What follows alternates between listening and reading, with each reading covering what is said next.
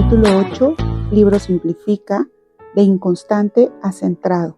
Reivindica el llamado de Dios para tu vida.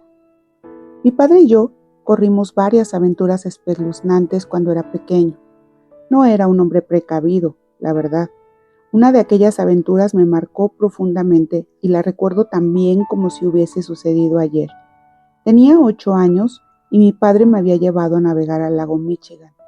Si has estado alguna vez en el lago Michigan, entenderás lo poco apropiada que es la palabra lago para describir esta enorme masa de agua con una profundidad de 280 metros.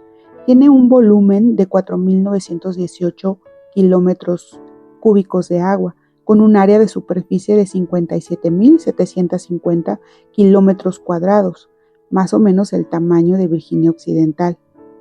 El tiempo en el lago Michigan es inestable y el fondo está sembrado de cascos de barcos grandes y pequeños, que nunca consiguieron regresar a puerto. A mi padre le encantaba regalarme historias de naufragios pasados, lo que aumentaba mi respeto por los peligros del lago Michigan.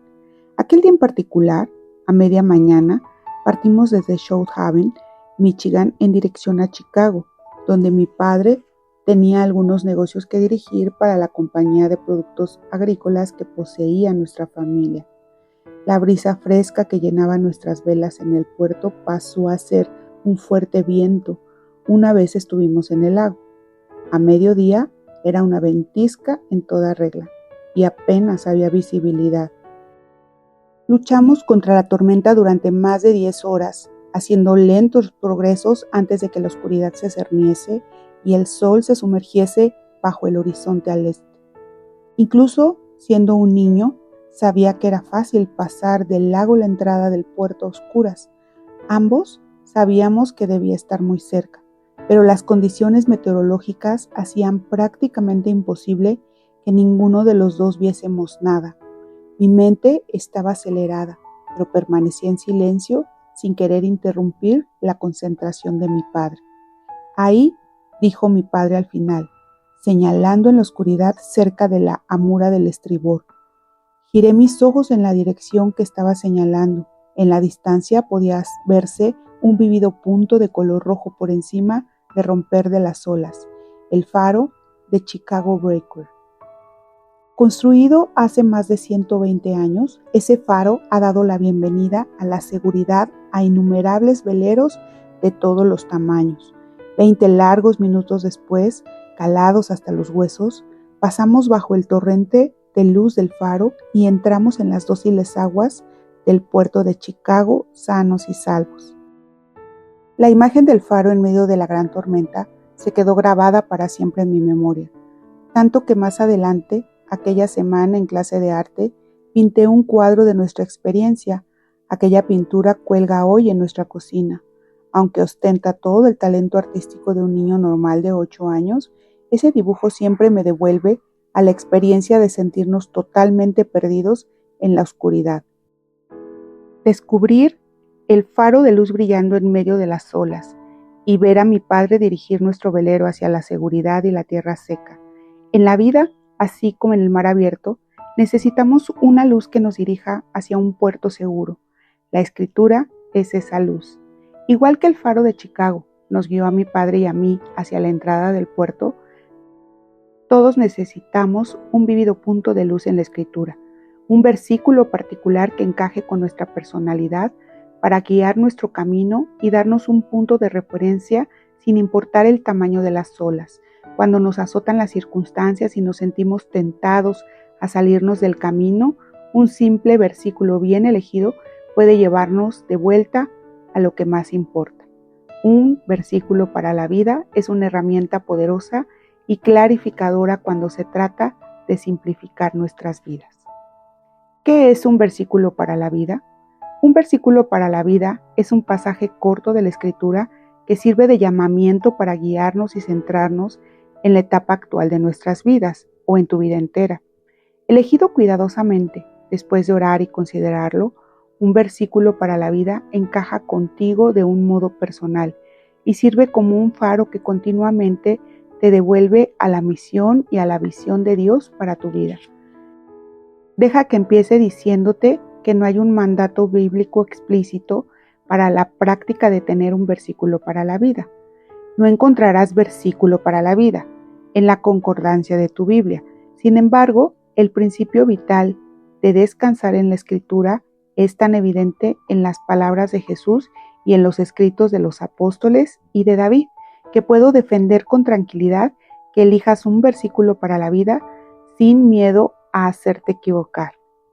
Yo he descubierto que mi versículo para la vida es extraordinariamente útil cuando se trata de mantener mi vida simplificada. He adoptado el versículo global 1 de Corintios 15:58 y en varias ocasiones me he apoyado en otros versículos que me han ayudado a atravesar épocas específicas. Mi versículo me mantiene anclado a la verdad y continuamente me hace regresar a las cosas que más importan, ayudándome a no perder de vista por qué Dios me puso en esta tierra.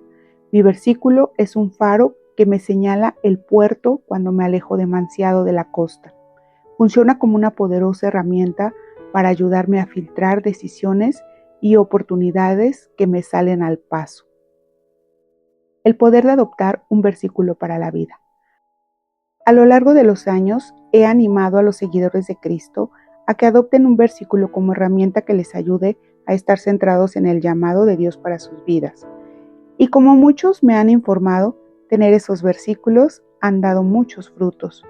Permíteme que te describa el papel que mi versículo ha jugado en mi vida, que te cuente unas cuantas historias que he escuchado de los versículos de otras personas y que discutamos las características a buscar en la elección de un versículo propio. Mi versículo para la vida.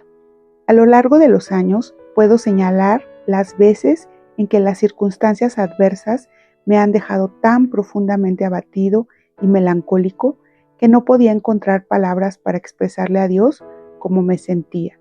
En estos momentos simplemente escribía mi versículo una y otra vez en las páginas de mi diario de oración para reenfocar mi mente a la verdad de Dios. Leí el versículo en voz alta solo para escuchar cómo sus palabras hacían eco en mis oídos. Dejaba que empapara lo más profundo de mi alma y esas palabras de la Escritura tenían un efecto sanador, centrándome, anclándome y renovándome una vez más. Una vez más podía volver al trabajo y conectarme con Dios y la gente que me rodeaba. Así que, ¿cuál es ese versículo asombroso que cambia vidas? Este es mi versículo para la vida. 1 de Corintios 15:58. Por tanto, sé firme, constante, abundando siempre en la obra del Señor, sabiendo que tu trabajo nunca es en vano si es en el Señor. El apóstol Pablo escribió estas palabras a la iglesia de Corinto, y hay 3 razones clave por las que lo he elegido como mi versículo. Razón número 1. Aclara lo que más importa. Me encanta este versículo principalmente porque aclara lo que más importa en el mundo. Establece claramente que hay un trabajo del Señor para cada uno de nosotros. Hay muchas cosas buenas que puedes elegir hacer con tu única vida, pero esas cosas buenas pueden distraerte fácilmente de las cosas mejores que Dios te ha llamado a hacer. ¿Qué es eso mejor? ¿Ese trabajo para el Señor, para ti? Si eres un seguidor de Cristo que ha invitado a Dios a que dirija tu vida, Él te ha dado una tarea en este mundo para la que te ha dotado a ti de forma especial. Tu tarea es diferente a la mía, es única para ti. Tu versículo refleja la guía particular de Dios en tu vida. Cuando Dios me dio un toque en el hombro hace décadas, supe que una de sus tareas clave para mí era usar mi don espiritual del evangelismo para ayudar a la gente a que pase sus vidas terrenales y su eternidad con Él. Otra tarea era usar mis dones de liderazgo y enseñanza para ayudar a los equipos y animar a los pastores a maximizar el impacto del reino en sus iglesias locales. Mi versículo dirige mi atención hacia el llamado único de Dios y hacia sus tareas para mi vida. Me deja claro dónde debo invertir mi mayor esfuerzo, abundando siempre en la obra del Señor. Este versículo también se ajusta a mi personalidad. la cual mi esposa y mi equipo pueden asegurar que puede ser bastante firme y constante a veces. Como mi versículo comienza con por tanto, necesito comprender a qué se refiere ese por tanto. Antes, en 1 Corintios 15, Pablo busca convencer a su audiencia de que puesto que Jesús resucitó de los muertos, todos los seres humanos también serán resucitados en espíritu en el momento en que mueran. En 1 Corintios 15:52 dice: en un instante, en un abrir y cerrar de ojos, la gente que muere se despierta en una nueva realidad. En 1 Corintios 15:53 añade: es necesario que esto corruptible se vista de incorrupción y esto mortal se vista de inmortalidad. Todos serán resucitados para presentarse ante Dios y dar cuenta de sus vidas, para qué han vivido, para quién han vivido, cómo pasaron su única vida. Hoy, en nuestra época, ¿qué es lo que la mayoría de la gente cree que les pasará cuando mueran? Durante toda la historia, la mayoría de la gente no ha creído en la inmortalidad. Muchas personas de este planeta, con su variedad de fes y cosmovisiones, creen que cuando mueran, ¡puf!, su luz se apagará y de repente dejarán de existir. Creen que no hay resurrección al otro lado ni vida eterna, ni que estarán frente a un Dios santo y que no darán explicaciones de sus vidas aquí en la tierra, sin recompensas, sin consecuencias, solo un mar de vacío, un vacío eterno e inconsciente. Estadísticamente, esto es lo que mucha gente cree hoy. También era la creencia predominante en los tiempos de Pablo. Muchos de sus oyentes todavía creían en la teoría de la muerte como apagarse. Pablo implora a los cristianos de Corinto que comprendan que esa teoría simplemente no es correcta. Si sigues la teoría del apagón hasta su conclusión lógica, la vida en la tierra pierde todo el significado. No marca, pues, ninguna diferencia el modo en que vivimos nuestras vidas. Pablo escribe: y si no hay resurrección de muertos, vana es entonces nuestra predicación y vana también nuestra fe. ¿Por qué nada importa en esta vida? Toma prestado el pensamiento secular de su época. Si todo lo que hacemos después de la muerte es pasar a un eterno vacío, si los muertos no resucitan, comamos y bebamos que mañana moriremos. ¿Qué diferencia hay? Si no hay resurrección, entonces la eternidad de los actuales traficantes de sexo es la misma que la de la Madre Teresa, que pasó 70 años sirviendo a los pobres y tratando de salvar a niñas pequeñas y a sus familias de experiencias así de aterradoras. Con la teoría de la nada eterna, ninguna de sus vidas importan en realidad. Los violadores en serie, los abusadores o los asesinos disfrutarán de la misma nada después de la muerte que Martin Luther King, que Nelson Mandela y Billy Graham.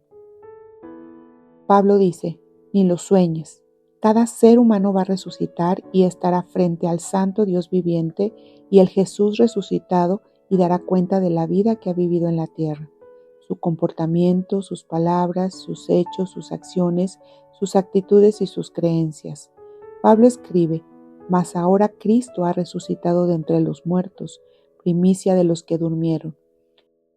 Pablo explica que todo el que muere será resucitado a una nueva realidad en el momento en el que salga de este mundo, consciente, inmediata y corporalmente.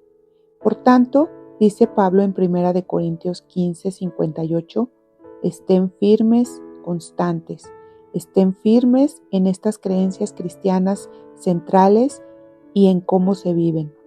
Sean constantes cuando se trate de sus convicciones acerca de quién es Cristo, qué enseñó, por qué murió y cómo Dios lo levantó de entre los muertos. Sé inamovible en el hecho de que tú y todo el resto de seres humanos que alguna vez hayan vivido van a ser resucitados. Sé inamovible cuando todos los demás traten de venderte la teoría del apagón. Cuando la cultura de tu alrededor diga: comamos y bebamos que mañana moriremos, no te lo creas, considéralo detenidamente. Céntrate en vivir tus creencias cristianas.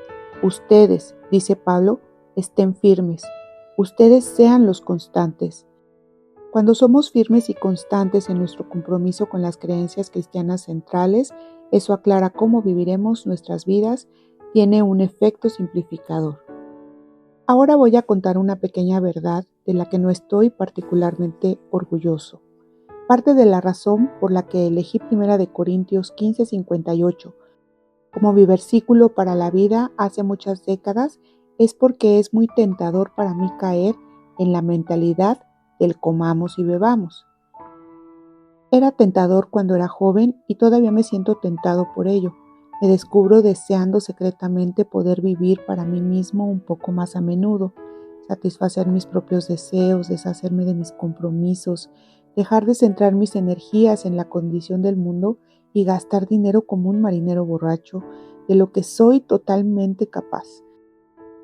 O dejar a un lado lo de ser holandés solo por una semana o un mes.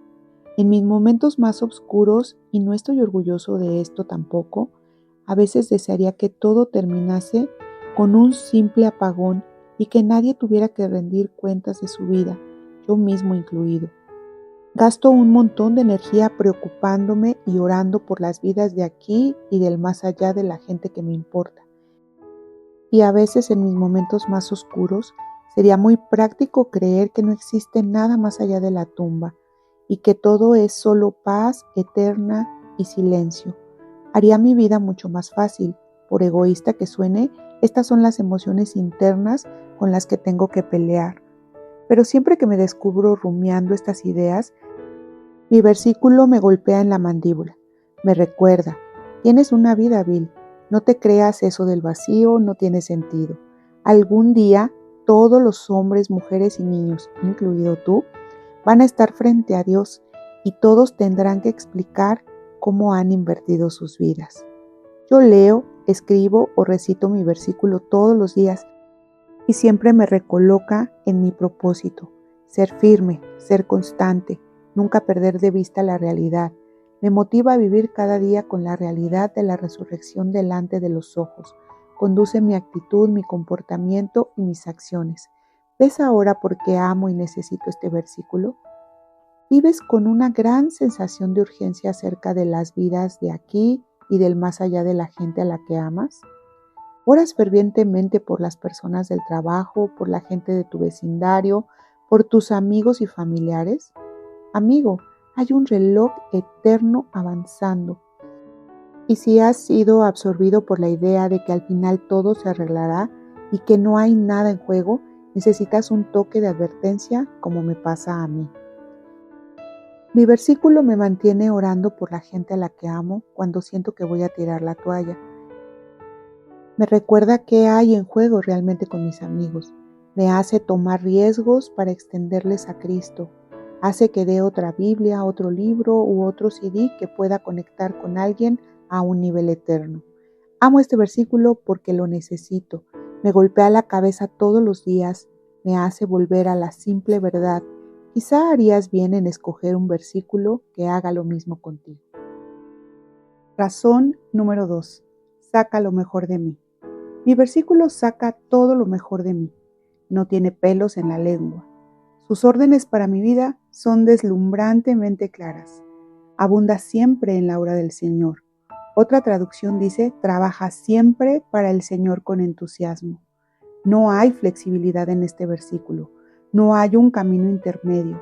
Trabajar con entusiasmo no deja sitio para un si es conveniente, ni hacerle una pequeña sesión a Dios, ni rezongar de vez en cuando en su trabajo.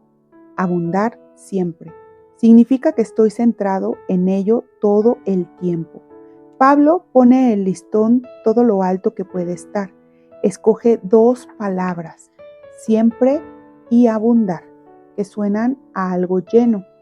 Todos los días, llueva o nieve, pase lo que pase, aunque mis biorritmos estén bajos o los planetas no estén alineados a tu gusto, abunda siempre en el trabajo del Señor. Todos los días haz avanzar sus propósitos adrede, estratégicamente y con pasión. En el caso de que pienses que Pablo es un poco demasiado celoso en su desafío a los seguidores de Cristo, Echémosle un vistazo a estas palabras de Jesús. Mientras sea de día, tenemos que llevar a cabo la obra del que me envió. Viene la noche cuando nadie puede trabajar. Es abundante la cosecha, les dijo, pero son pocos los obreros. Pídanle, por tanto, al Señor de la cosecha que mande obreros a su campo. Vayan ustedes, miren que los envío como corderos en medio de lobos. No lleven monedero, ni bolsa, ni sandalias, ni se detengan a saludar a nadie por el camino. Jesús hace que Pablo parezca un peso ligero. Este mundo importa, dice Jesús. Ve, haz el trabajo de Dios mientras todavía es de día, porque llega una época en la que la oscuridad caerá y ya no serás capaz de trabajar para Dios. Pero hoy puedes hacer avanzar sus propósitos. Mi Padre es glorificado cuando ustedes dan mucho fruto y muestran así que son mis discípulos. No solo unas nociones de fruta, dice Jesús, no solo una semilla de vez en cuando. Debemos llevar mucho fruto con nuestra única vida. La vida pasa rápidamente, así que abunda en el trabajo del Señor y lleva mucho fruto porque llega la noche. Hace unos años tuve el privilegio de entrevistar a Dallas Willard, uno de los grandes pensadores y escritores espirituales de nuestro tiempo. Su muerte en 2013 fue una profunda pérdida para la comunidad cristiana, aunque el cielo ganó. Todos los que conocían a Dallas pueden dar fe de su personalidad alegre, optimista, amable, extrovertida, y era un placer hablar con él. Después de terminar la entrevista formal, le pregunté a Dallas si había algo que le hacía bajar el ánimo. Te diré lo que me baja el ánimo, dijo sin perder un segundo. Me molesta que haya seguidores de Cristo que necesiten tantos ánimos y engatusamientos para hacer el trabajo de Dios en el mundo. Conozco a muchos pastores que deben rogar a la gente que se presente a los eventos, deben rogar a la gente que usen sus dones espirituales dados por Dios para expandir su reino. Deben rogar a la gente que lea sus Biblias, que ore y diezme. Las iglesias gastan miles de dólares en producir videos emocionales que muevan a la gente a cuidar de los pobres, porque si no les muestran esos videos, su congregación no cuidaría de los pobres realmente. Me sentía aturdido con su franqueza, pero puedo afirmar que describe lo que muchos pastores pasan. Dallas sacudió la cabeza y dijo, no debería ser así. La motivación de un seguidor de Cristo debería venirle de dentro. La gente que vive según 1 Corintios 15:58 no necesita charlas de ánimo de los pastores ni ruegos de líderes del ministerio exhaustos para que den un paso al frente y se involucren en el trabajo de Dios. El versículo que resuena en sus mentes todo el día los mantiene activos. Son de la clase de personas que dicen, hoy será un día para abundar. Solo muéstrame una necesidad. Yo voy a rebosar. De eso trata mi vida. Es lo que Dios quiere. Estas son mis órdenes.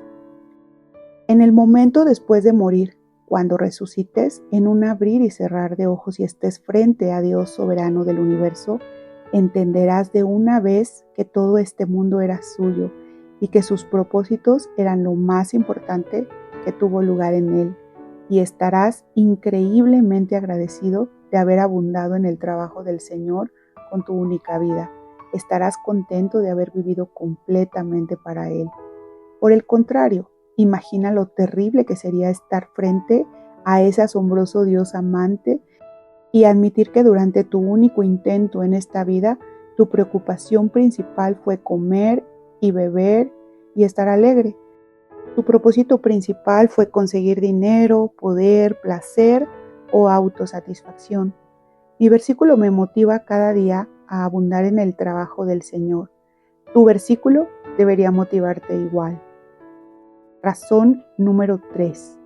Trae consuelo. La frase final de 1 Corintios 15:58 me da muchísimo consuelo, sabiendo que tu trabajo nunca es en vano si es en el Señor. Detesto hacer cosas en vano.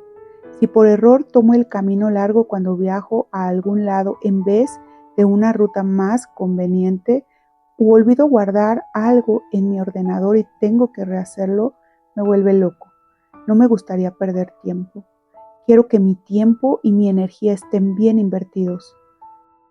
Hace muchos años, un amigo mío excavador pasó 3 días cavando en el patio de un tipo para instalarle una piscina. El proyecto iba bien y mi amigo sentía la profunda satisfacción de un trabajo bien hecho. El agujero estaba bien encuadrado y a la profundidad perfecta, y todas las especificaciones estaban como debían, listas para que la compañía de piscinas viniera a instalarla. Entonces el propietario regresó de vacaciones, vio el agujero y le dijo al excavador: yo no encargué una piscina. ¿En qué dirección se supone que tenían que hacer ese agujero? Mi amigo se había equivocado de dirección por un número. Tuvo que rellenar su agujero perfecto y aplanar todo el patio. Había excavado ese enorme agujero para nada. Puesto que odio hacer cosas en vano, me encanta que mi versículo me recuerde que cada esfuerzo que pongo en hacer avanzar los propósitos de Dios en este mundo, sin importar lo grandes o pequeños, visibles o escondidos que sean, nunca es en vano. Dios mismo se da cuenta y lo aprecia. A veces, cuando lo doy todo en una empresa, esperando marcar una diferencia en las vidas de las personas o en su iglesia y pasa desapercibido, mi versículo me recuerda que no fue una pérdida de tiempo. Dios se ha percatado.